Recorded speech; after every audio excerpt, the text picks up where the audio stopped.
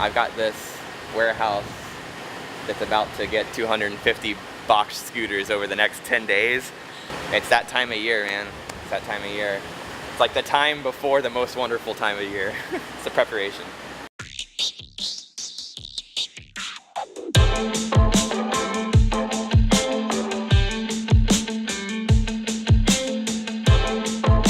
Everyone's gonna get free chicken. I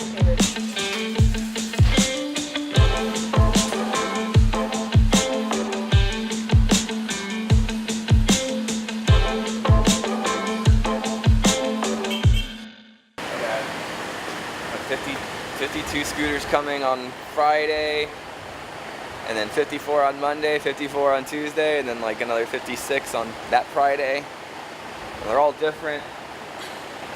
And I think the only way I'm going to be able to fit them in here is to go 4 high, which means I got to make sure I have enough plastic wrap to wrap them so they don't fall. And then all these loose scooters, I got to find a home for, whether it's our rentals or like deposits. That's the other thing. It's like a lot of people put deposits on scooters for August, and it's better for us to go ahead and get them ready. But then it's basically taking things out of a box, getting them prepped, and then that takes your 4 high space and it puts it one dimensional, and that's a problem. So, and you take all of that, and then you think about the 300 storage scooters that we have in the space that we've got, and it's just everything all at once. That's what makes this time of year the most challenging. But if you could have like your busy sales season opposite of storage, then you'd have tons of space. But it's not the way it is. We'll figure it out. We do this every year. It's just, how are we gonna do it this year?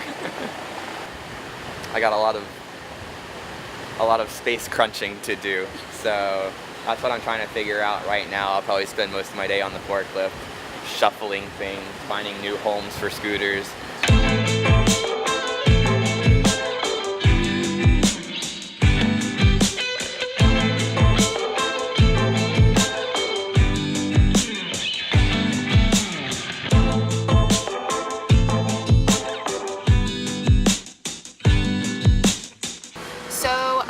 Parts department, so I help order parts, I organize parts, I make sure anything that's going through service has everything it needs to be serviced, make sure that throttle cables are coming in so that your scooter goes, make sure that the oil's in so we can do oil changes, just kind of make sure the flow of the service department flows as it's supposed to and we don't run out of supplies.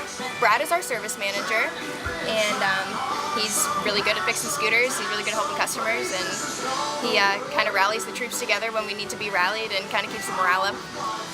Make sure we can really crank these scooters out, make sure everyone gets taken care of well. I'm sure he does a great job. What's up, Yasmin? Just gossiping about you. Yay. Good gossip or bad gossip? Good gossip. Good stuff. What I would do is split it in half. And I would do this after 3 o'clock, because lunchtime, you know, by that time it's going to be busy. So if you split it in half and the first wave wanted to go, when they got back, the second wave could go. The second herd. The second herd. Yeah, first herd could go and then the second herd. That's what I'm thinking.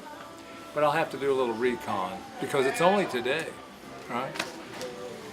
Just trying to facilitate a cultural event here, which we probably need one in the heat of the summer. You know what I mean? This is a great opportunity. It's like right there. You can almost hit it with a rock. Well, stay tuned. I'll keep you posted.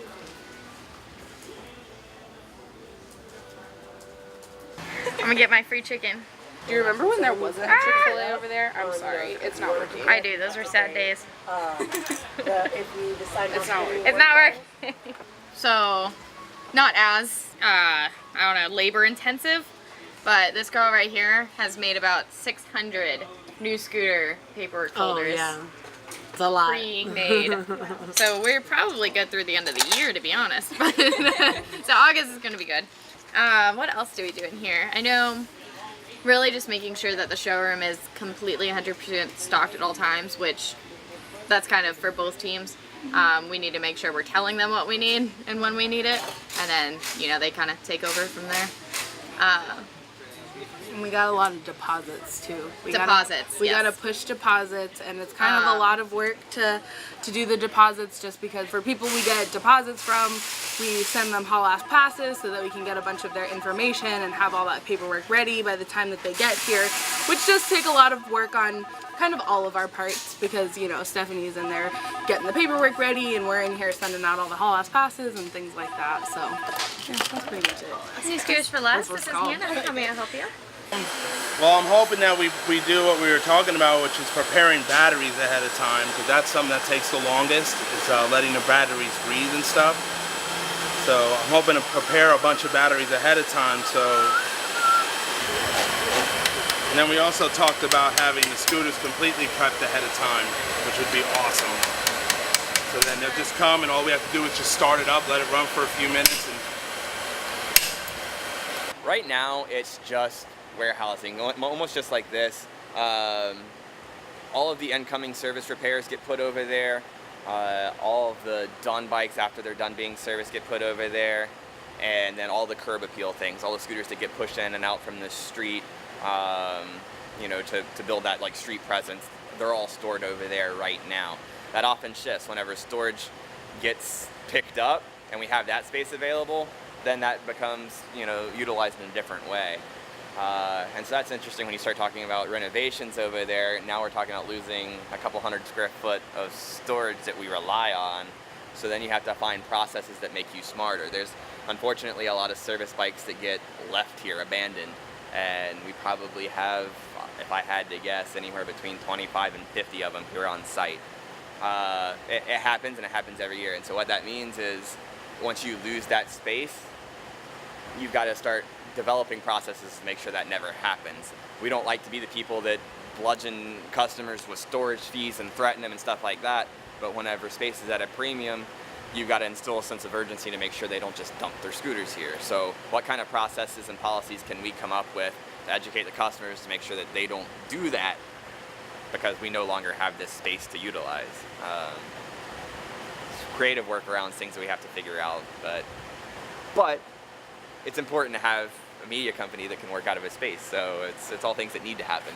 So sometimes you just have to work a little bit smarter and figure out solutions. But that's what we get paid to do.